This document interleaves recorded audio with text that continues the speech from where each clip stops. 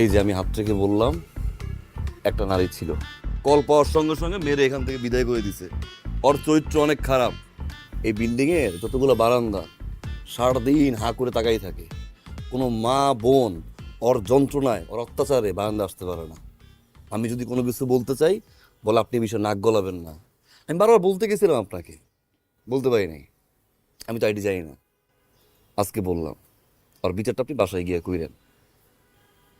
আর duty শেষ, তুই বাসায় যা, একটু ভাবিকে সময় দে।